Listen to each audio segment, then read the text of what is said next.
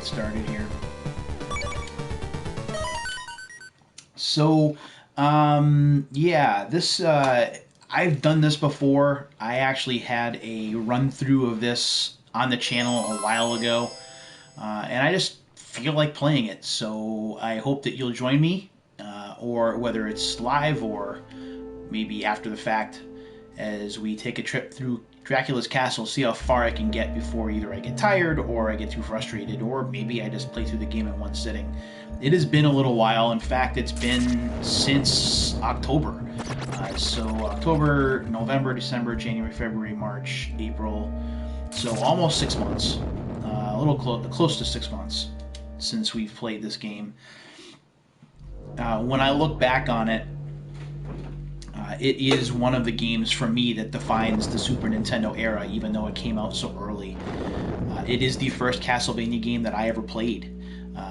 I did watch someone play through Castlevania 2, Simon's Quest. I actually was armed with a Super Nintendo magazine and was helping my friend Kevin get through the game, but I did not play it myself.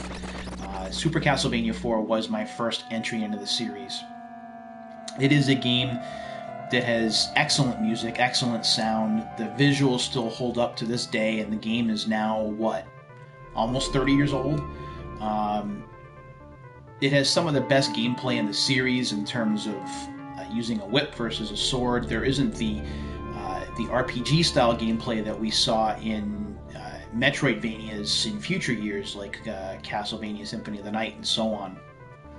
And what really stands out to me about this game is when I had my Super Nintendo, my original, in '91, and I got this game, I had it running through a stereo system, so what I would do, because the music is so good, I actually recorded it onto tape using my sound system, because I had my Super Nintendo running through my stereo, and I would listen to it in my car. So it's that good. So let's go ahead and I just want to check the options here real quick. Now, I think we're good, honestly. I don't really make too many changes. So we're going to go ahead and just start. I want to be good.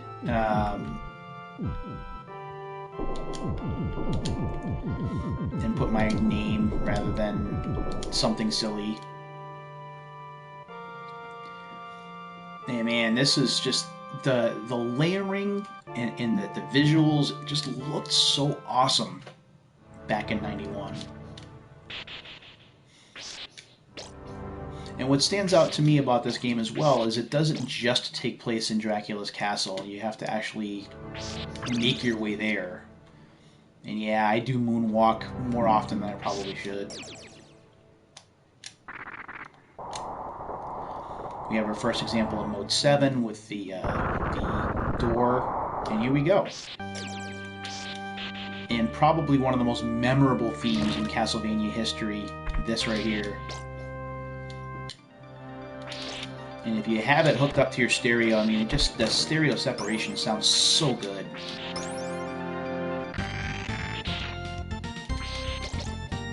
Because of some of the layering here, being able to open the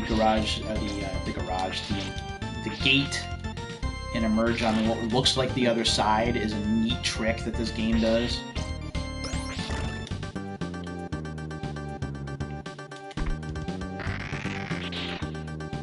Oh man, just hearing this track, it gets the blood going. And I probably shouldn't be doing this at almost midnight, but whatever, I'm here now. Let the bat go by.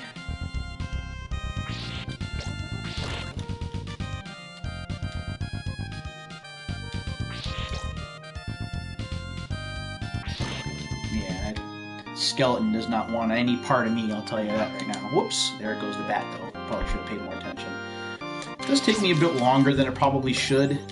I'd rob myself of some bonus points at the end of the stage by doing too much in the way of exploring, but I love exploring and going through all the little nooks and crannies of this game and trying to see exactly what there is.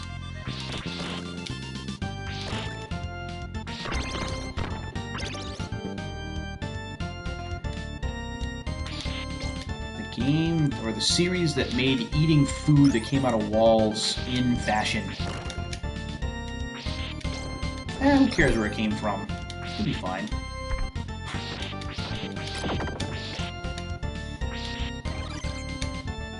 Got my little potion of invisibility there. That bat always gets me.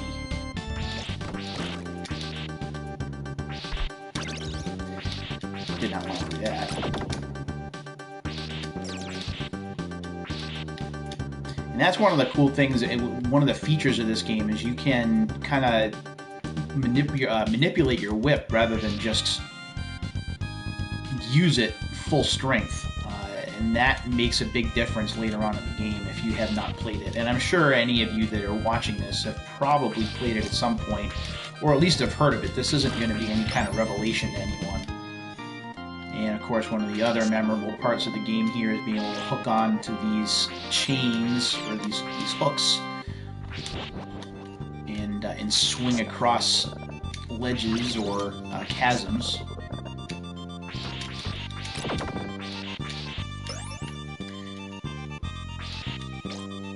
So while the game is still pretty new, do want to wish everyone well. Hope everyone is hanging in there through this ordeal as we're ready for a lot of places, including us here in Massachusetts, getting ready to move on to our second month of lockdown here.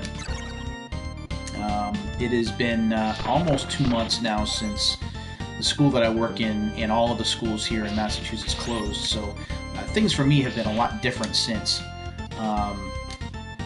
Although thankfully I'm still working, at least to some extent, where I'm helping out with online education and things. But hopefully no matter where you are, whatever it is you're doing, you're managing to kind of hang in there through all this stuff, and that you're staying safe and healthy, as healthy as you can.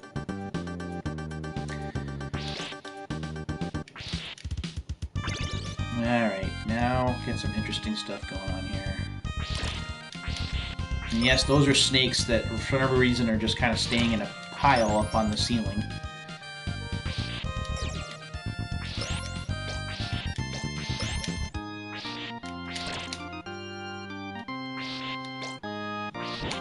Random horse heads, because reasons. Horse heads.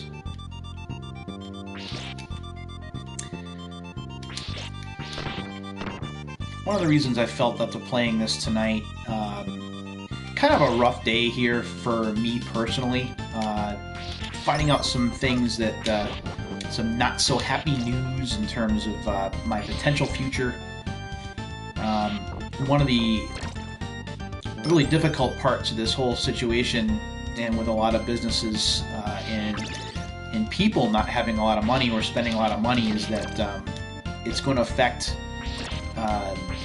state budgets. You've probably heard about that in the news at some point, and been hearing through the grapevine that, and it's no surprise that the district that I work in, the school district that I work in, is looking at possibly a 5% cut that they have to make in their budget. And because I am one of the newest people in the building that I work in, I would be one of the first people to be let go if they have to terminate people or if they have to lay off. So, kind of trying to come to grips with that. I've told the story that education is something I decided to get into really late, and I wish I had made the decision a lot sooner. Let me just get through this boss real quick, and then I'll finish that story.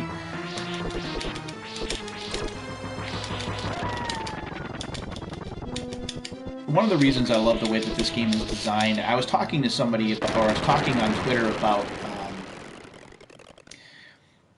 game design and difficulty, and this is one of the games, I love the way these games are set up, where they walk you through, and it's getting used to the game and kind of having the difficulty start to angle up rather than, say, Ninja Gaiden for the Xbox, which starts very difficult and gets even harder, so it's not very inviting.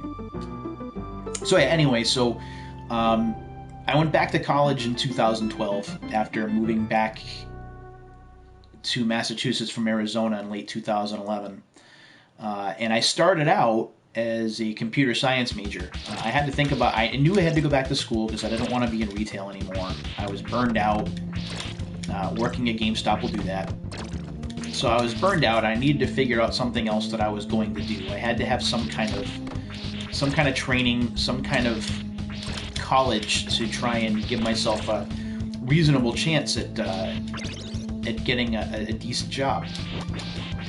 So I decided, because I'd had some history with working with computers through a lot of my life, even though it wasn't like professional, but I was always the tech guy in my family and kind of helping people out with their issues. And even dating back to middle and high school, I had above average computer aptitude.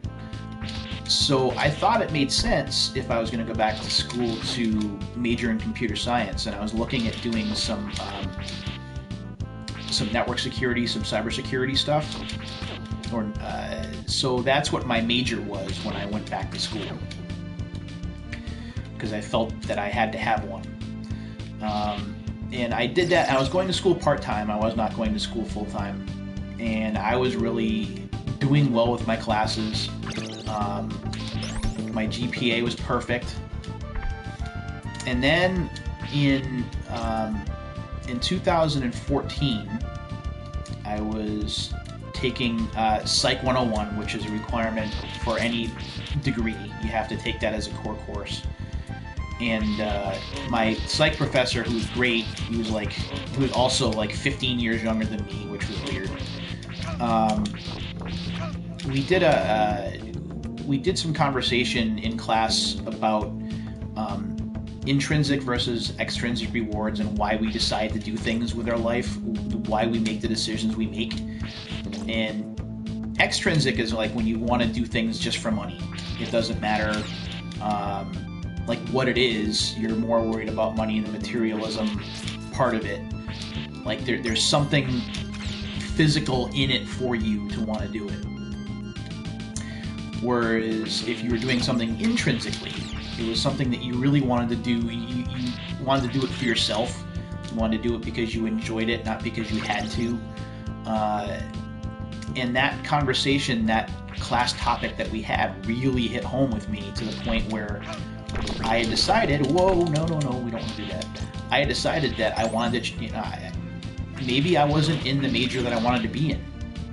Even though I had some computer science background and I was doing okay in my classes, I don't know that was necessarily the best move to make. So I talked to my professor about it after class, and I confessed to him that I was having a crisis of confidence. I didn't know whether this was really the best major for me to be in. And he kind of asked me, just straight out, because that's the kind of professor or the kind of person he was or is, what do you want to do with your life? What do you want to do when you grow up? What do you're over 40 now, you probably should figure it out. What do you want to do? What would make you happy? And I told him that I wanted to work with kids. I liked working with kids. I was pretty much a big kid myself, which hasn't changed. And he said, well, then you need to talk to your advisor and maybe you need to make some changes. And that's exactly what I did. The following week, I made an appointment with my advisor, and I said, I think I want to make a change. I want to move to education, to elementary education. Now, let me just do this boss battle real quick, and then I'll come back to it. Oh yeah, I should be using the...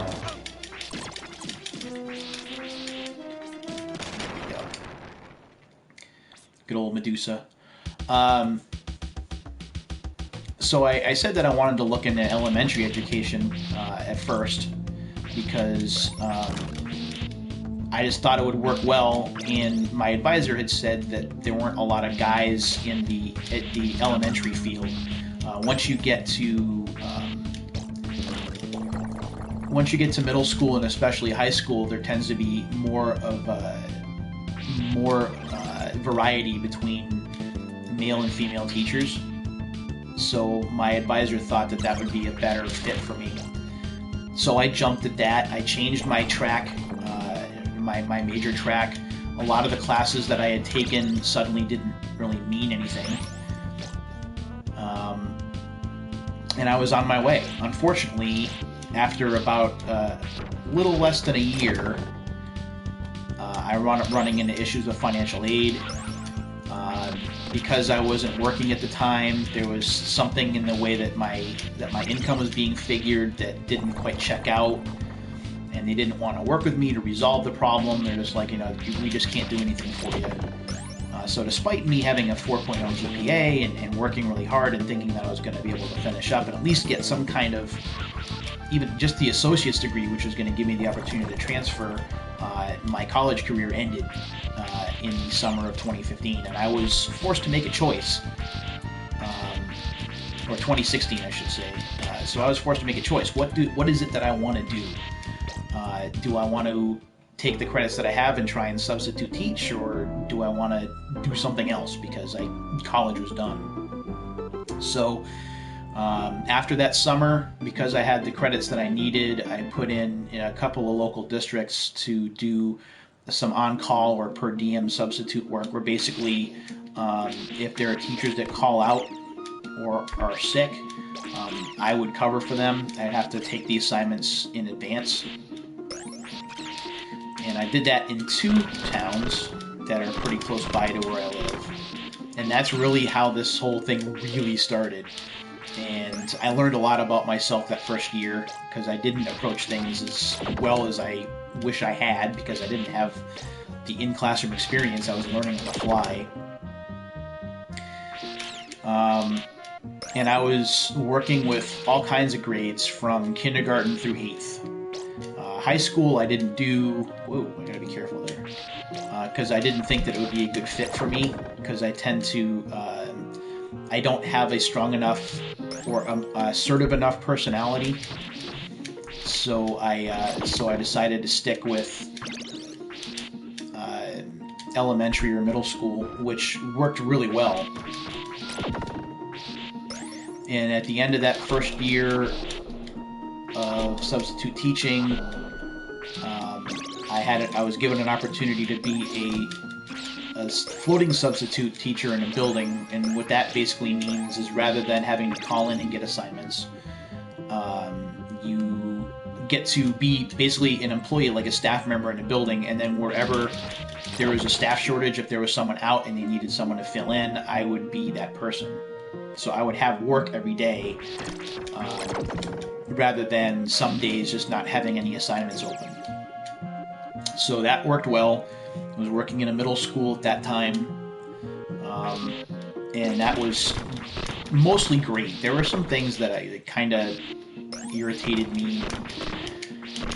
Then, the next year, in 2018, I had a job opportunity that I put in for that was going to basically combine my computer knowledge and my education experience working as a technology support person in an elementary school, and that job was a lot of fun. While I felt sad leaving the middle school that I was working at, I felt for me that it was a good move at the time. And I was actually doing a lot of substitute teaching in that building I was working into. So I really wasn't missing out on much. But then at the end of the 2018-19 school year, my position was getting rolled up into the full-time technology teacher in the building, so they weren't going to have any need for a paraprofessional or support person like me. So I was back on the outside looking in, and went back to the middle school that I worked at the year prior, and that's where I am today. And it's been this year has been probably my most rewarding year in terms of education. The teachers that I work with, the students that I work with, the whole thing has just been awesome. Obviously, this whole health situation has made things challenging, but thankfully, because I have some background with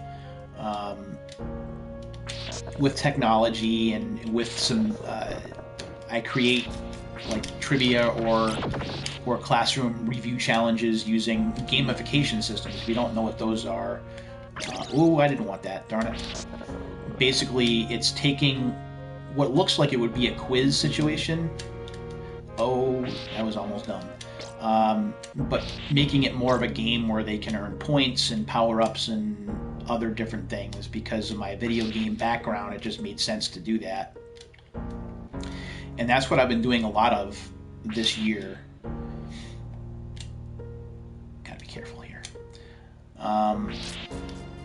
But knowing that that may be in jeopardy, you know, I had to do a lot of, I did a lot of research today in terms of what I might be able to do with myself if my, you know, if the job goes away. One thing I did do is I filled out a FAFSA form today, which if you don't know what that is, or if you're not here in the U.S., a FAFSA form is basically like a college financial aid. Oh gosh, that's not smart. College financial aid form where they look at your earnings and they look at the college that you want to go to, and they try and set you up with a financial aid package based on what the colleges have to offer and what the government has left in terms of loan money or in terms of grants. That's how I got to go back to school in the first place. Wow, I'm getting housed here. So I did it on a whim because there's a program, there's a computer science program that I was looking at that's fully online for a bachelor's degree, which I don't have. I didn't even finish. I was on an associate's degree track at the community college I was going to from 2012 to 2015. Darn it. So this would give me a bachelor's degree, which you pretty much need in this day and age. You know, I don't like to think that, but it's really the truth. I mean, if I had had a bachelor's degree, I would probably be actually teaching at this point, rather than working as classroom support. I'm sure that with the experience that I've accumulated, that schools would be willing to work with you because the teacher shortage up to now had been so dire. But without the bachelor's degree, there's not really a lot that any administrator can do. I mean, I remember when I was at the elementary school last year, you know, I mean, they if I had had my bachelor's degree, they would have found a way to keep me. They would have put me in a classroom somewhere. But that just wasn't to be. Whoa.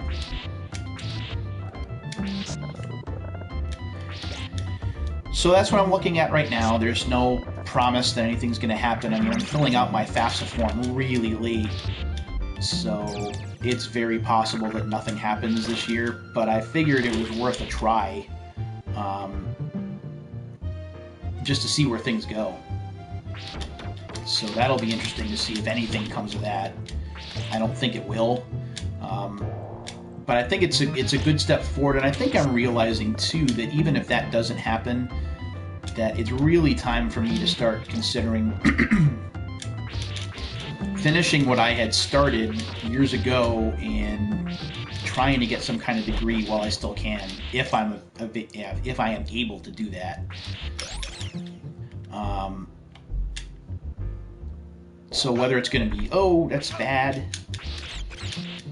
So whether it's going to be this year or whether it's going to be next year, or if there's any way that I can make it happen, it's something that I'm really going to try and do.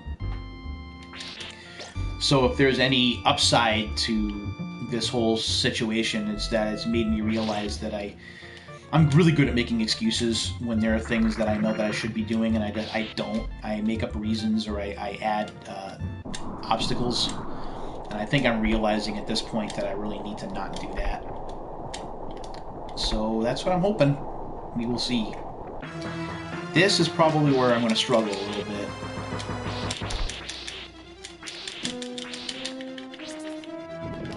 Oh. This is usually, and I've already died before I usually do, but again, I haven't played this in a while, so I plead rust. Whoa! Oh, that's not good. How many lives do I have left? 3? Okay. So, that's like current stuff that, you know, I mean, I usually when I do these streams, I like to reflect on the past, because that's surprisingly like better times, and I'm definitely going to do that as we move forward here. But it's just one of that's really explains why I had decided to do these things today, or play this game today rather than like another arcade game. Because 91 for me was really the beginning of my separation from education. 91 was when I basically broke away from everything and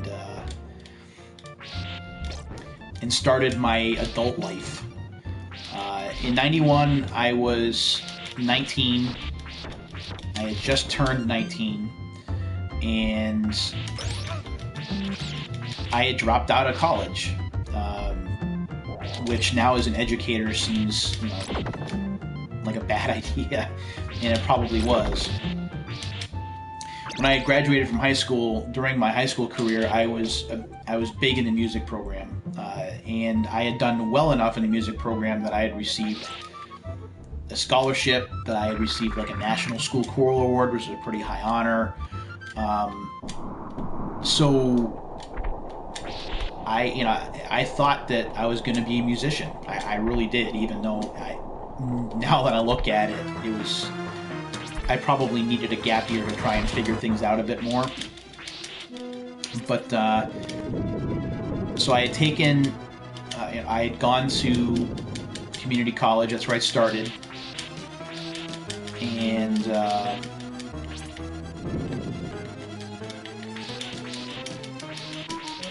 things didn't work out.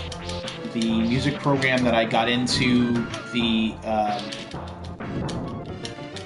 I didn't like the professor. I thought the guy was a jerk. I was having difficulty picking up some things that were being taught. I didn't have a lot of motivation, and I only lasted for a semester and a half before some friends of mine in Worcester suggested that I move out there with them and work for AT&T, which is the phone company. And that's what I did. I went out to visit them, and I took the introductory test that you had to take in order to be a long-distance operator, where they tested you on like math and numbers and customer service skills and things of that nature. And once they hired me, and thankfully, you know, because my friends all worked at the same place, they all put in strong words for me with the hiring manager, and that was it. And I wound up getting that job. So that was a pretty awesome first job to have. And what was weird about that for me was that before then, you know, I really didn't have a job. I was working just on education. I didn't even do like summer jobs really, with the exception of maybe summer camps.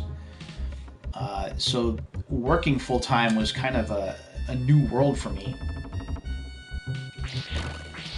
And the Super Nintendo was the first system that the first console that I bought with the money that I had earned while working for the phone company. So, and I bought, like, I went on a complete buying spree because I really didn't have any bills at that time. It's one of those things when you're 19, you really don't have a lot of bills to worry about. Other than like car insurance and rent, I was making more money than I needed for those things. So I had disposable income to kick around to buy whatever I wanted. So Super Nintendo I had bought, a Genesis I had bought, a TurboGrafx 16 with CD, I had bought that. I had bought like a brand new bowling ball. I bought a couple of them, in fact. Although, truth be told, oh, that was dumb. Truth be told, that was to impress my then girlfriend's parents, who were big bowling people. I needed to kill him first.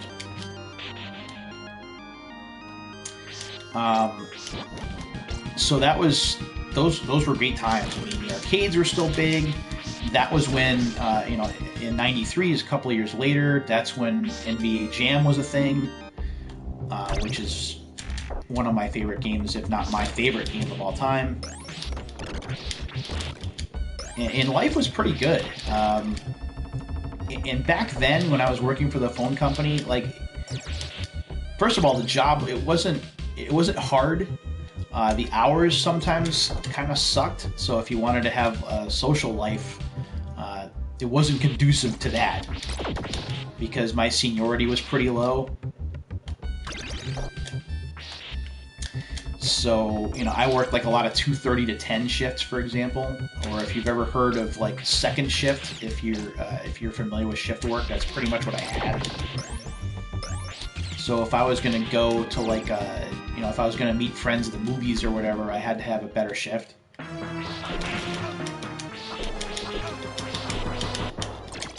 Oh, die, please die. There we go.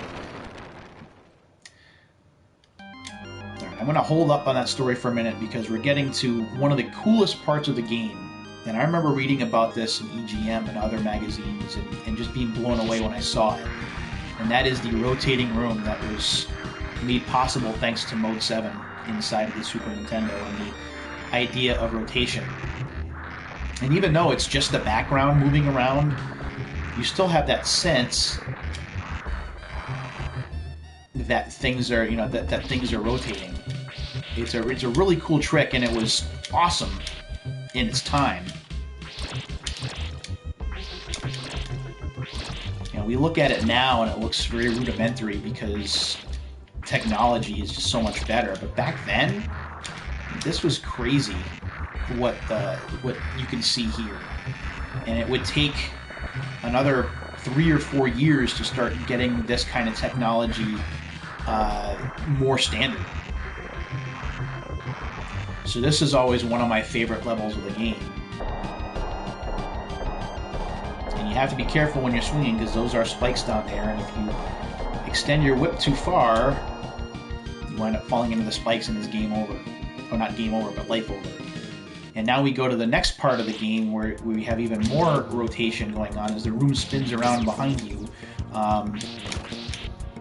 Now, you are seeing slowdown here. That is, at least I think you're going to be seeing slowdown here. That's definitely what I'm seeing. That's part of one of the reasons that the Super Nintendo wasn't always the preferred console for people over the Genesis, because the clock speed's a bit slower, so you had more slowdown in the Super Nintendo game than you usually had in a Genesis game. But just that effect of the room in a tube and it just goes up and down and back and forth was very, very cool.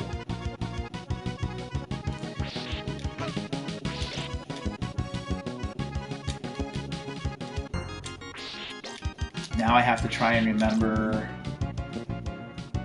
the pattern here, and there is a pattern.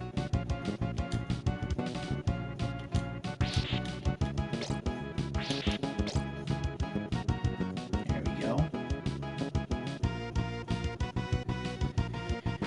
You know, I'm better at this now than I was back then. I really did struggle with it for a time. Whoa, this part sucks. Be careful. This is Insta-Kill territory. And now it's just keep walking to the right, keep walking to the right. Don't stop. If you stop, you're going to get impaled.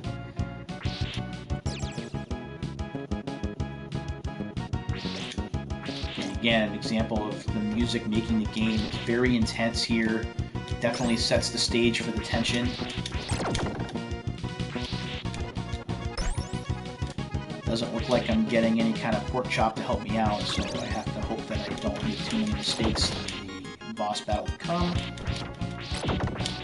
That was a little closer than I wanted. And we get to see some more scaling here in this particular stage, or this particular boss battle.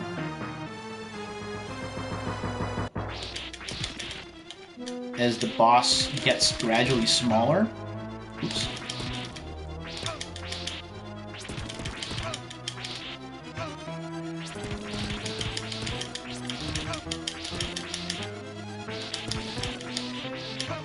Oh, I didn't realize that. Interesting. Oh, please. And notice the scaling in as the character gets larger. I had only 1 bar of life left. I was cutting that way too close. So yeah, that's stage 4. That's a one of the more memorable sections of a Super Nintendo game, and certainly if you hadn't played this before and you rented this game, it would probably make you want to buy it, just to show it off to your friends because it looked so darn cool. Alright, where are we? Stage 5. So we still haven't made it really into the castle proper just yet.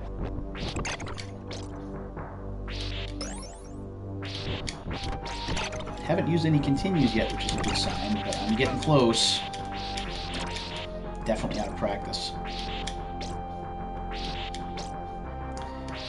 I did not get the Super Nintendo at launch.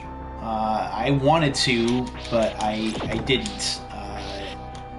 My friends did first, and one of the things that I miss about this particular time frame is that I did have a really tight circle of friends that I hung out with.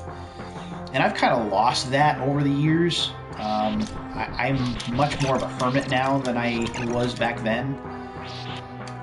And I have no explanation or excuse for that.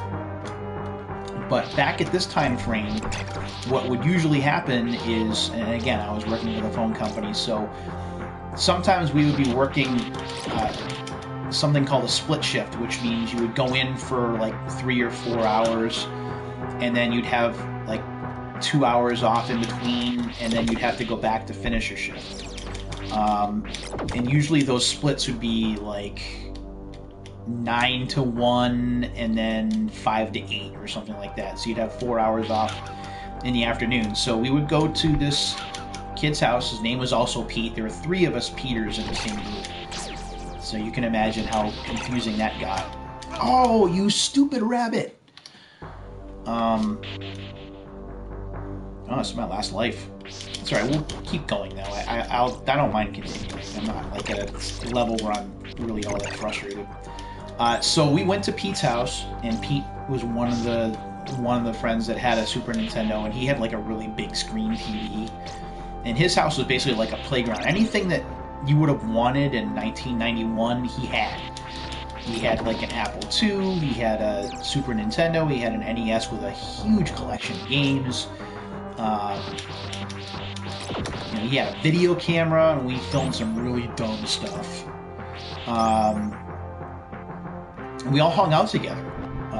We went to see movies together. The only Patriots game I ever went to, the New England Patriots game I ever went to, was with him, with Pete and his brother.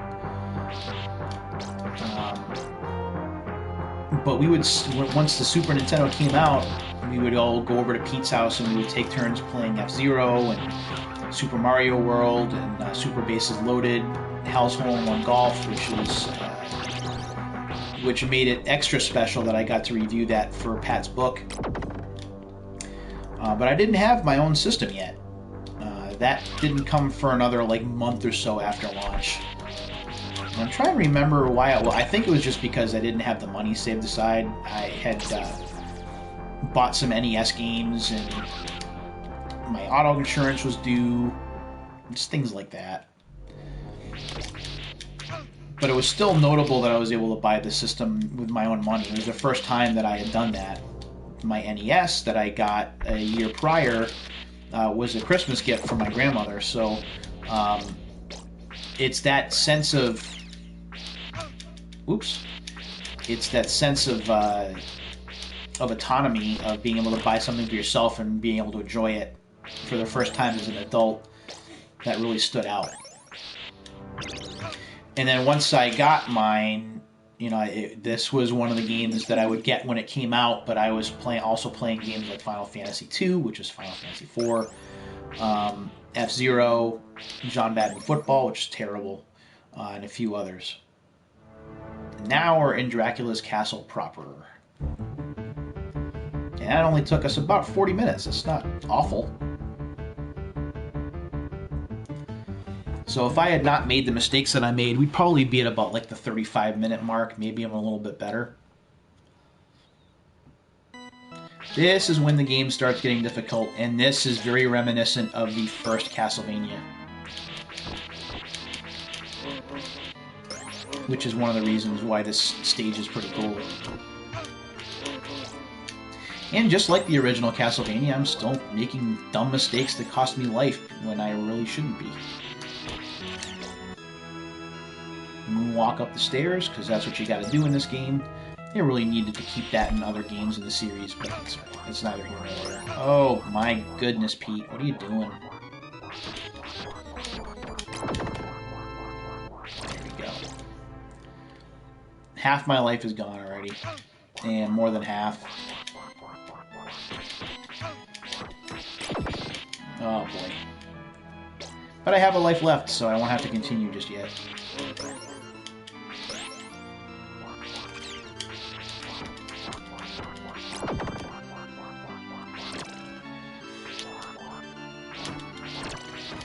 This, by the way, you probably realized it. I'm playing this on the PS4. This is part of the Castlevania Anniversary Collection. If you've somehow gotten not been able to pick this up yet, or have been kind of waiting for it, I can't recommend this game enough, this collection enough. The fact that this is here and Castlevania Bloodlines is here easily makes it worth the price of admission. Here's another example of like some scaling here. You can see, oh, I don't know why I did that. And now I gotta do this part again. That's probably one of the last really significant sections in terms of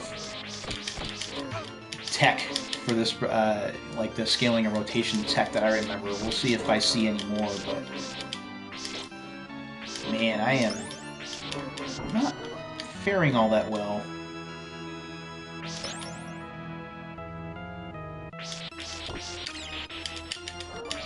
There we go. I don't think I'm getting another extra life anytime soon, so I need to try and make this last. Oh my goodness, what are you doing?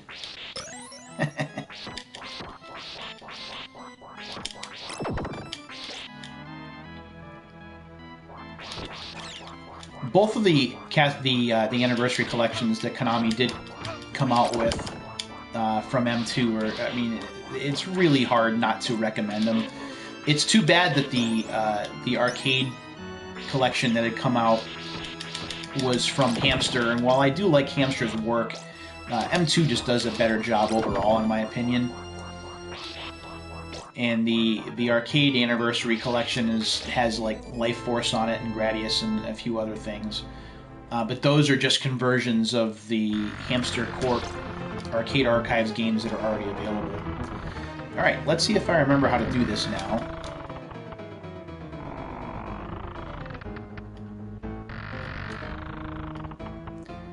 Really don't want to have to start again, although this is only like the first block of the game, so it wouldn't be the worst thing.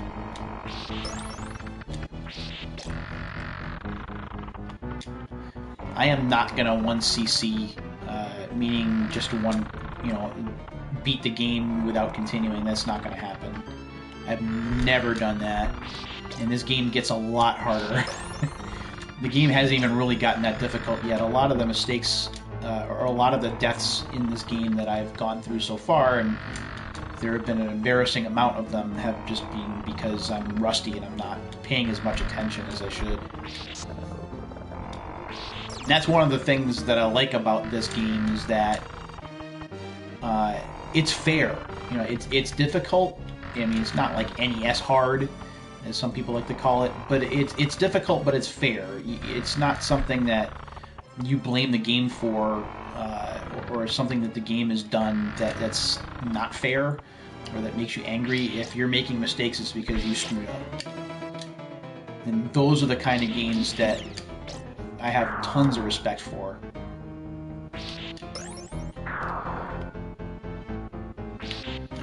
There is a secret here. There it is. And I really need that because I'm almost out of energy. There we go.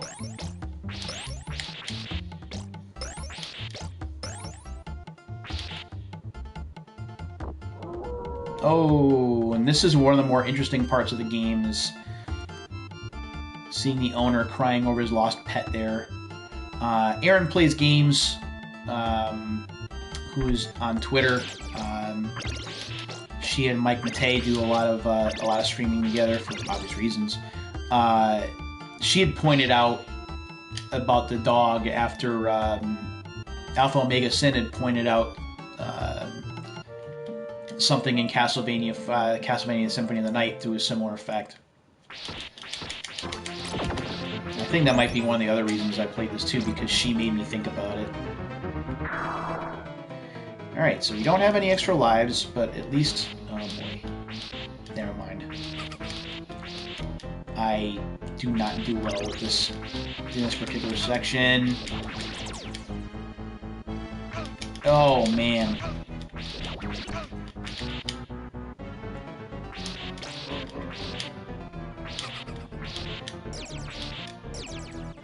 I don't think there's any more help coming.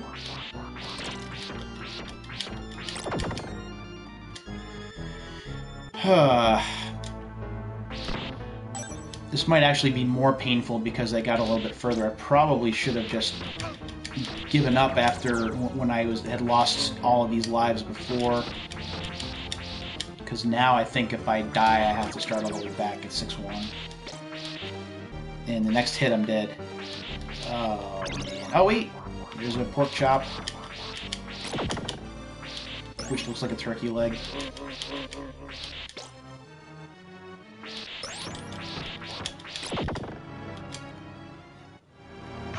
Ah, darn it. There we go.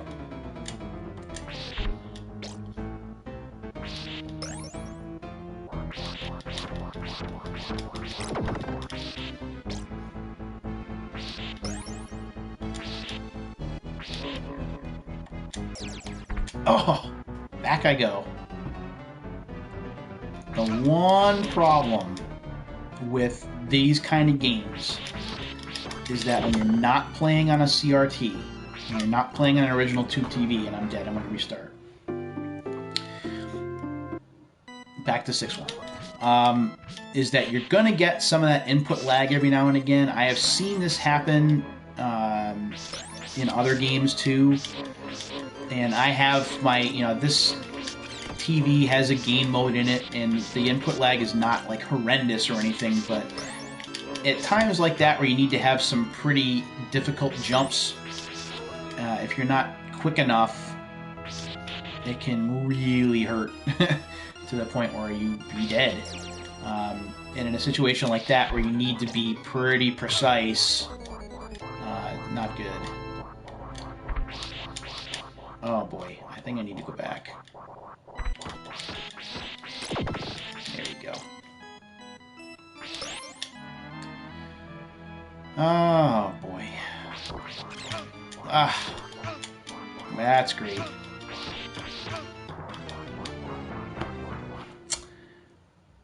You ever have one of those situations where just, like, as soon as you start playing, like, you're not doing anything right, and it almost makes sense to just let your character die and start again with a better sense of focus? That's really what that was.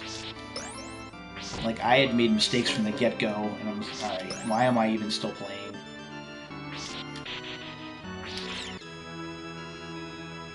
Walk up the stairs. Oh. Did it again.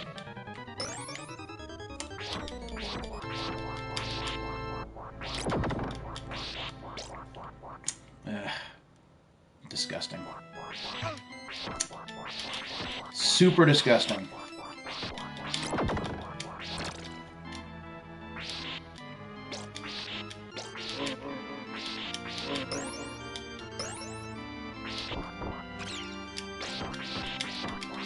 That's where that hanging whip comes in handy.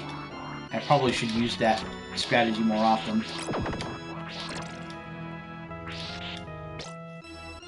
Right, almost at the 50-minute mark.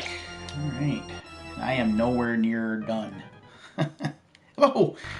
As he almost walks off the edge. It's not worth it, man. Alright. I have 3 lives left, so I can afford to make a few more mistakes here. That was unnecessary. And if I can just get through this, there is a pork chop coming that should heal most of my life.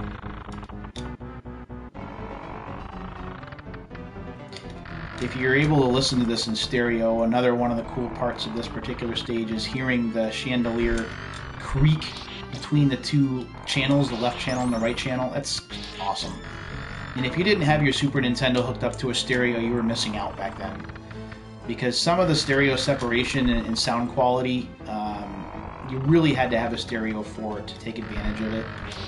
It just sounded so darn cool.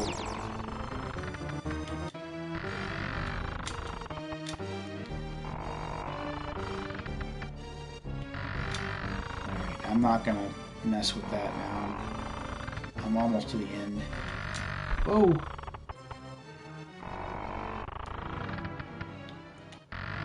There we go.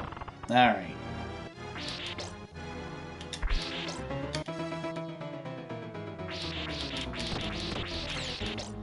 Chandelier. Chandelier. Hole in the floor.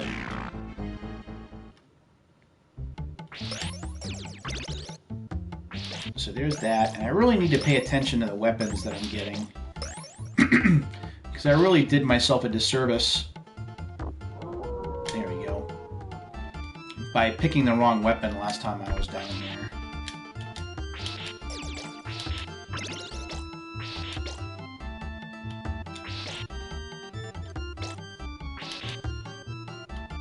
That's good enough.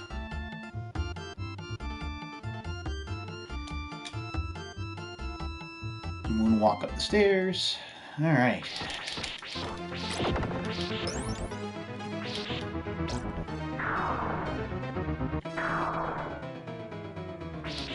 And of course, if you're playing for this for the first time, you don't know what those things are going to do.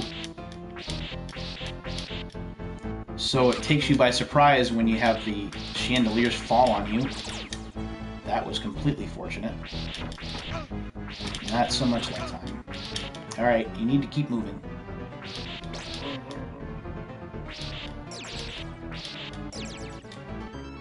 Alright, we're going to stay here.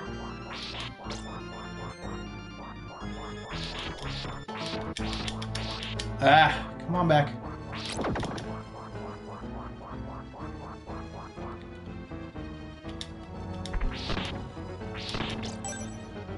Okay.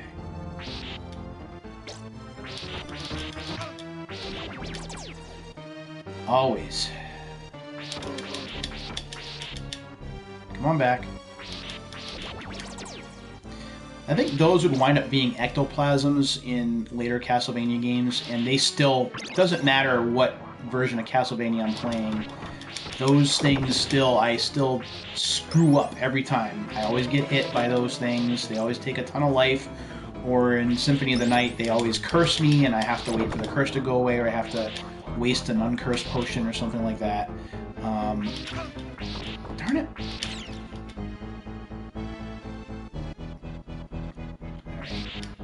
There we go. So this is where I gotta not screw up. Easier said than done, right?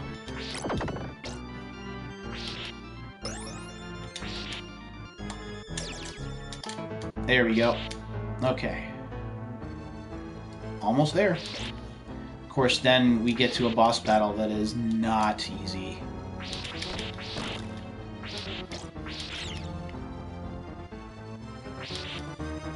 And that's not even worth my time. Okay. That wasn't worth it. Oh, no! Wow, that's fortunate.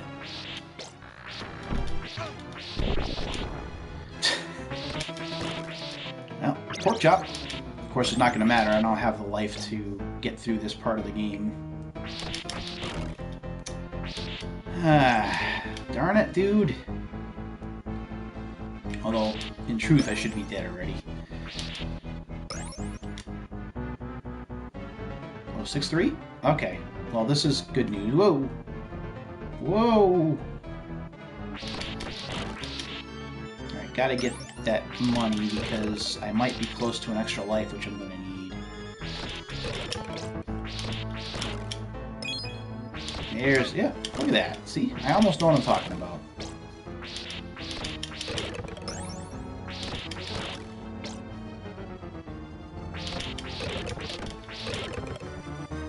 That probably wasn't smart.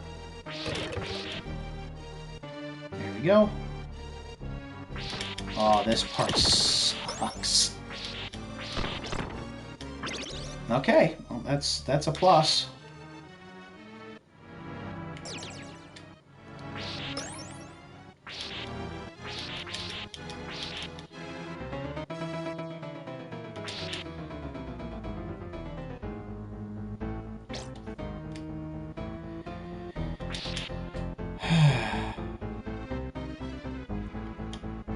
Okay.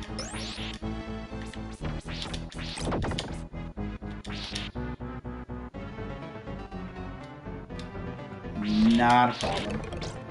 I already have 99 hearts, so it doesn't really matter whether I get another. Alright, so I'm only missing one piece of my life bar, so maybe I have a chance. Maybe. Maybe.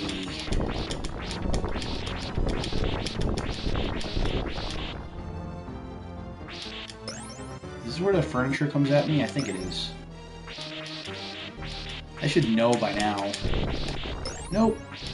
That was only 100.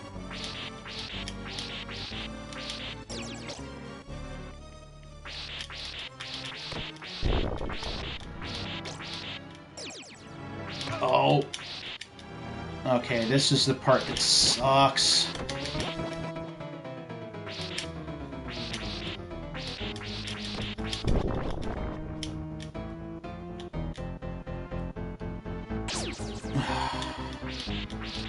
Should have stepped on that earlier.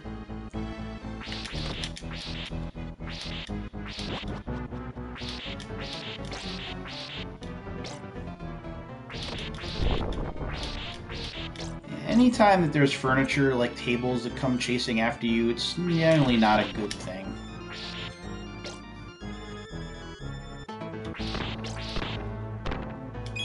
Oh, one up. There we go. Oh man, time's almost up. Alright. Okay, here we go. And now I gotta be quick.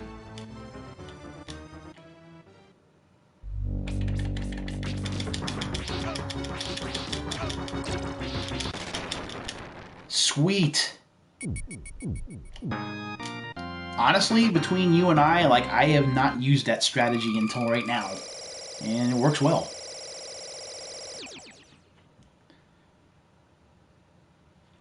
Stage 7. Is this the library?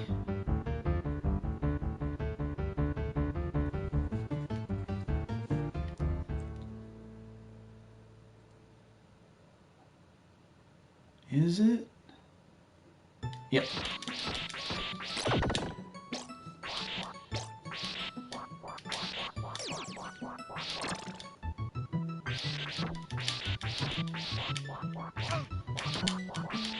Really not necessary to do that, dude. Like, there was no point to that other than losing 3 hearts, or 3 pieces of your life just because you thought you needed the money.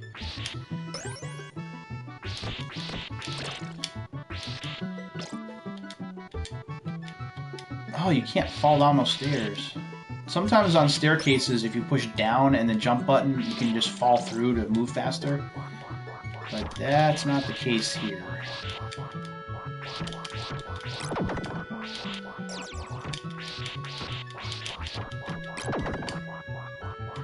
Okay.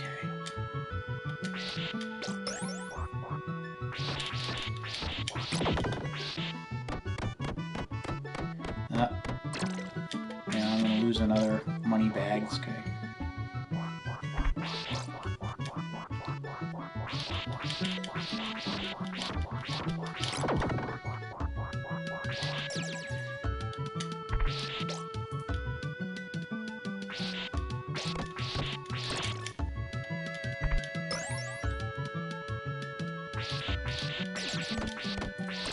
There it is. So far I haven't done anything stupid, or at least not in the last few minutes. So now that we've gotten to the top of the library, now we have to descend, which is another design, another piece of the game's design that I love, is that it's not just always rising. The verticality of it going both ways, I really appreciate that kind of design. It makes the library feel even grander, knowing that it's just that huge. Like you had to scale it, you had to go all the way up, and now you have to go all the way down. Oh.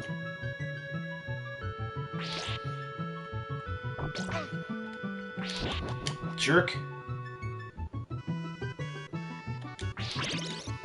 Alright, and I knew that was there. That's why I wasn't quite as upset that I got housed, but then our floating gargoyle here is just making mincemeat of me. Still have 5 extra lives, though. I'm not that concerned, not yet.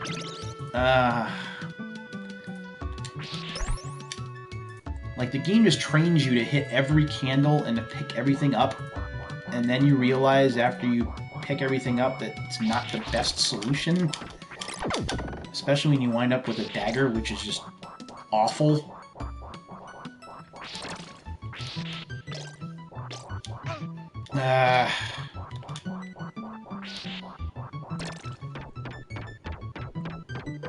Okay. Are you serious? So what do we have? We have 4 bars of life left, and we have to get through this situation.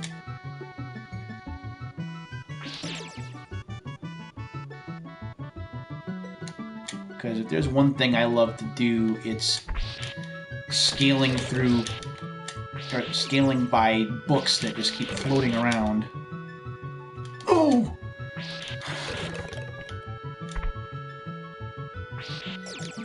Oh boy.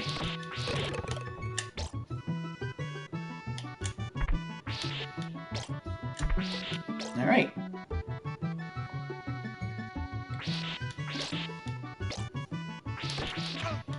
Oh, damn bats.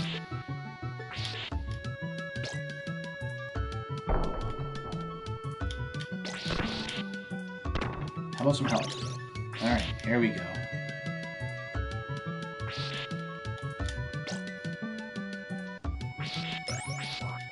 Now, these pictures here, and again, I'm talking as though you haven't played the game. Many of you probably have, so you know what I'm talking about. Some of these pictures have hidden surprises in them, or if you don't whip up, it can end really badly for you.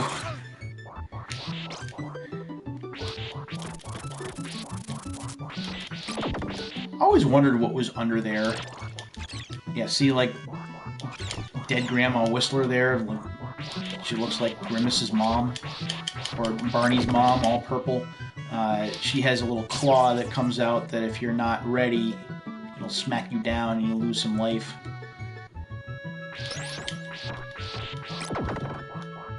Stay below. Oh. Is there anything else over here? There's money. Yo! Yo, yo! Whoa, jeez.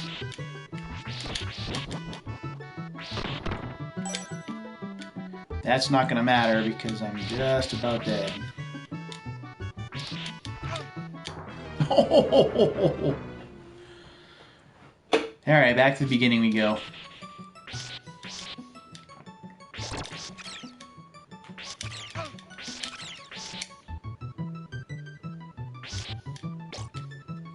It's almost like a gallery or study.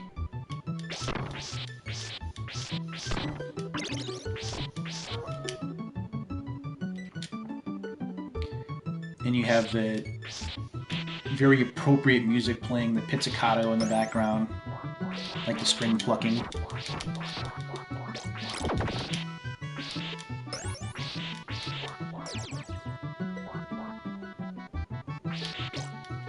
It's funny, like, this game still has such a hold on me. Like, I can be telling a story about why the game is such an influence on me, and then, like, you get to a section of the game where it becomes really challenging and all, you can't tell those stories anymore because if you do, you wind up making mistakes.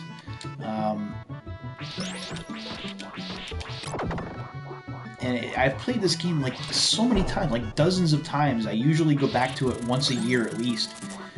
And even with that, and maybe some of it's just because I'm getting older now and I'm not remembering as much as I used to. But I'll take that. But I just need more concentration. There we go. I've heard like James Rolfe and Mike Matei talk about this too, how difficult it is to make commentary or talk while you're trying to play.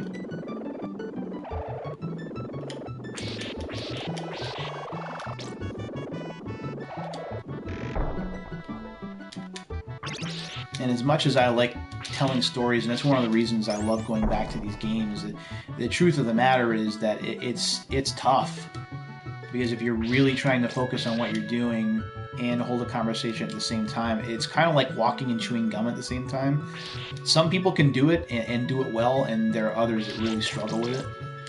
I used to be better at it. I'm not quite as good. I tacked that up to old age. And you gotta ride the wave. There we go. I think he comes back through one more time.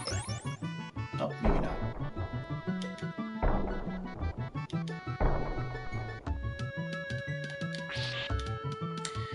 Apparently, Dracula likes his crossbows. There are a lot of crossbows in here. Whoa, whoa, whoa, whoa.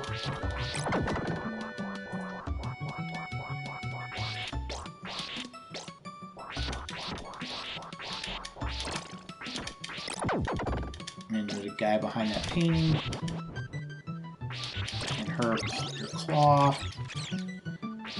Oh! I thought that was all the bats. Now we get the knight here. I don't have any weaponry, so I have to hope that I can just outslug him. Which more often than not you can do. There we go.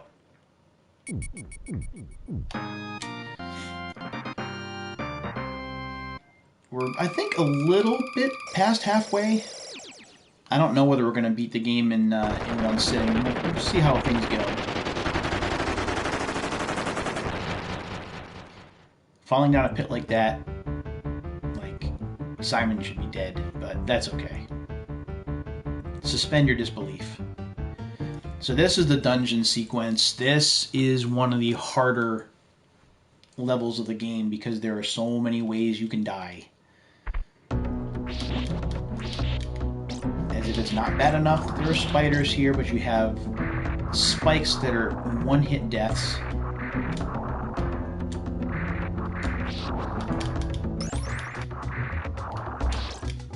There's poison here, which can hurt you. You have these plants.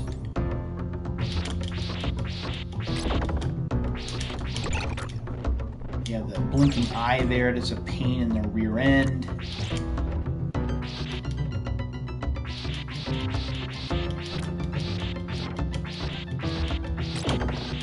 This stage is a real challenge.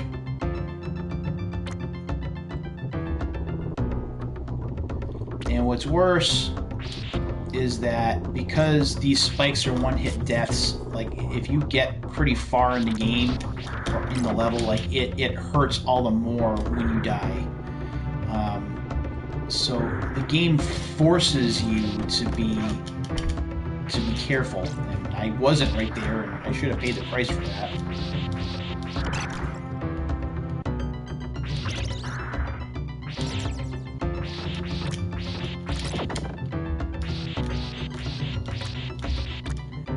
And I'm not going to be able to reach him. Oh, I love that piece of game design. No, I don't.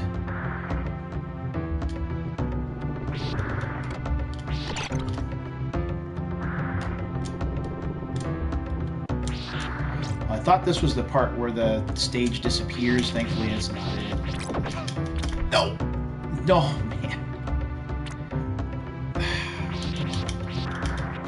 The respawning enemy trick gets old real fast. So now we have to kill the eye again. Now down to less than half my life remaining.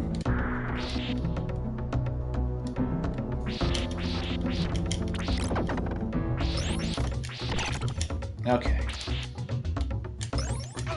No!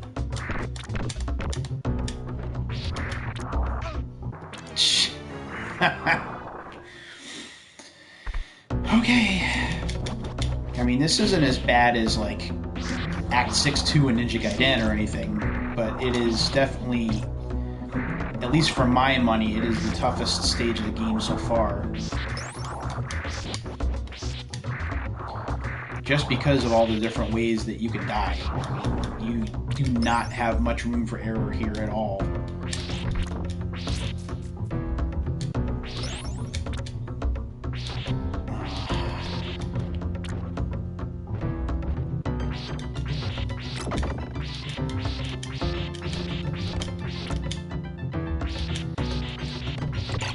Alright, here we go.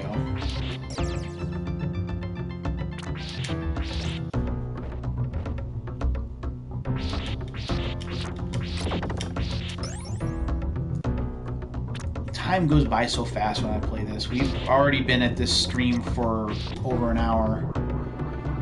And most of my streams go about an hour. That's usually when I hit the pause button. Oh. That's so not good. But this game, like, it holds you captive. And imagine, now with this, I can just save it whenever I want.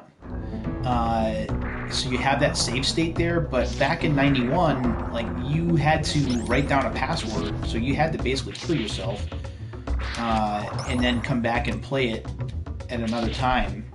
And if you were really doing well, you didn't want to do that because you felt like you were in the zone. Ugh.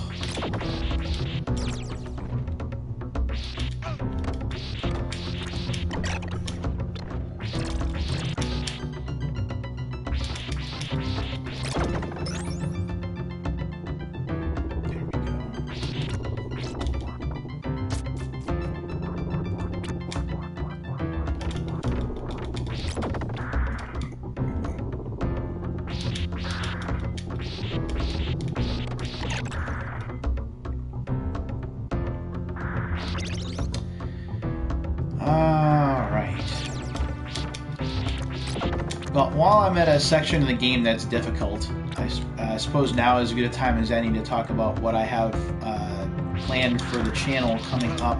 I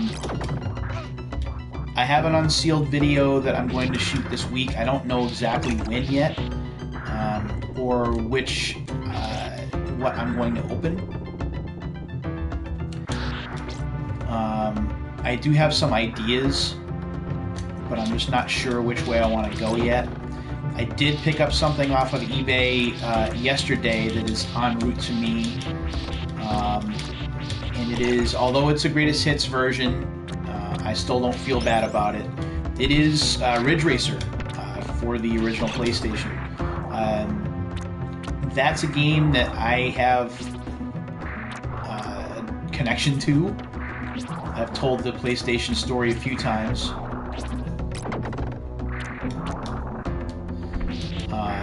And I had been looking for a copy of that at a decent price to try and unseal for the show because of that. I'm thinking I'm going to save that for the beginning of September because it's the PlayStation's 25th anniversary. But I don't know how I'm going to proceed with it just yet. I am still waiting for PGA... Oh, that's good. I'm still waiting for PGA Tour Golf to come in from Canada, PGA Tour Golf 2 for the Genesis. I'd like to be able to do that in time for what's supposed to be the start of the PGA Tour season, which is in mid-June. Of course, we'll see how that actually goes off, but that's my plan. I know I just did a bunch of golf games in the last week or so. That was an episode that was way too long, and I understand that. I think in retrospect, I probably would have done it differently if it wasn't for the fact that I was already 2 games in, and it really didn't make sense for me to leave the third, which was World Cup Golf, because I knew nothing about it. So it was almost going to be a capper for that episode, but it wound up being very, very long. So the next episode, whatever it is that I do, is going to be significantly shorter, which I'm sure will be better for everybody. I know that the episodes could be more like podcasts, really, because you don't necessarily need to see everything that I'm doing. So I know that some people who have said that they've checked out the show before, they've actually done more listening than watching, which is a little strange because you don't actually see me opening up the games, but that also gives me more of a reason to consider doing more repeat episodes instead, where I just have the game and I basically just talk about the game rather than having any footage or anything that you have to see. So that might be something I do.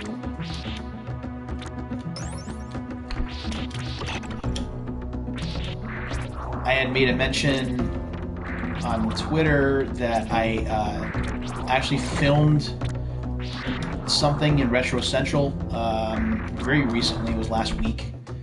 I was doing it as a favor to a fellow teacher who needed it for a scavenger hunt. And it's interesting because I still, when I'm in that room, when I'm in Retro Central, basically is my bedroom.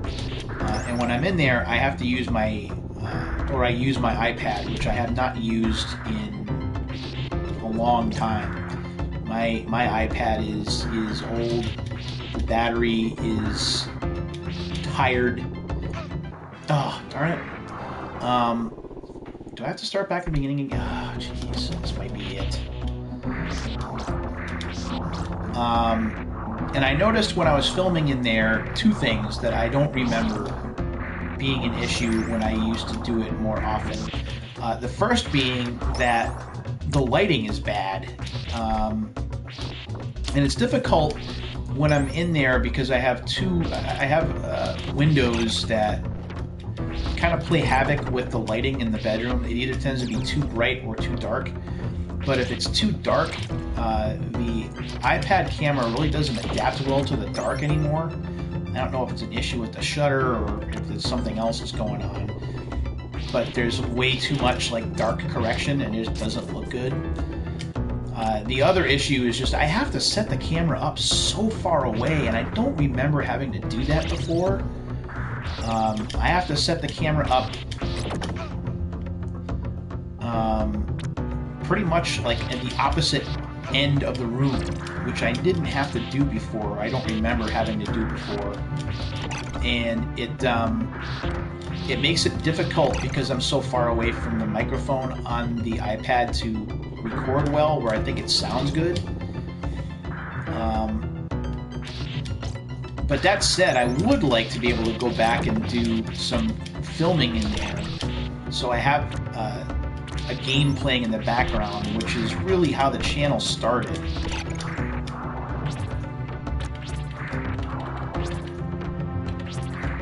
There we go. So it's something that I'm considering. It's not a done deal that I do or that I don't. But I'm thinking if I'm going to do something like that, it would be like a repeat episode or repeat episodes where I'd have the game that I'm talking about playing on the screen behind me, and then I'm going to wait for that. And then oh, that's not at all what I should be doing. So I'd be playing on the screen behind me, and then the game would be playing on the screen behind me as I talk, so it sets the mood pretty nicely. So that's something that I'm considering, although with the summer coming, that may be a little bit more difficult to do just based on air conditioning and other situations, but it's an idea that I have. The other thing that's interesting about filming is that there is a possibility, and I mentioned this in the last video the last stream that I did. There is a possibility that the living situation here in the house that I'm living in may be changing, and that the owner of the house may be moving out and renting the entire place to me. And if that happens, there's going to be more room where I would be taking all of the retro stuff out of my bedroom, which is where it is now, and making like just a retro gaming room, which would have better lighting. It would have more space for all of the games that I've accumulated retro-wise, and more. So I'm kind of, I'm not assuming that anything's going to happen just yet. I don't want to jinx it or anything, but the possibility is certainly there that that may be happening over the summer, and I'll certainly let you know as we get closer. That conversation is going to be happening in the next few weeks. Alright.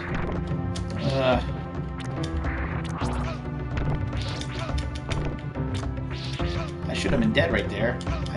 Alright. I think we're going to stop right here, because it's been like an hour in. And we'll pick this up again sometime. I do thank you for tuning in, whether it's watching live, where a few of you were, or whether it's watching this in archive. I'm sporting my entire PlayStation gear. I probably should have saved this for Unsealed, but whatever. Please take care of yourselves and each other. We'll do this again soon. Until the next time. See ya.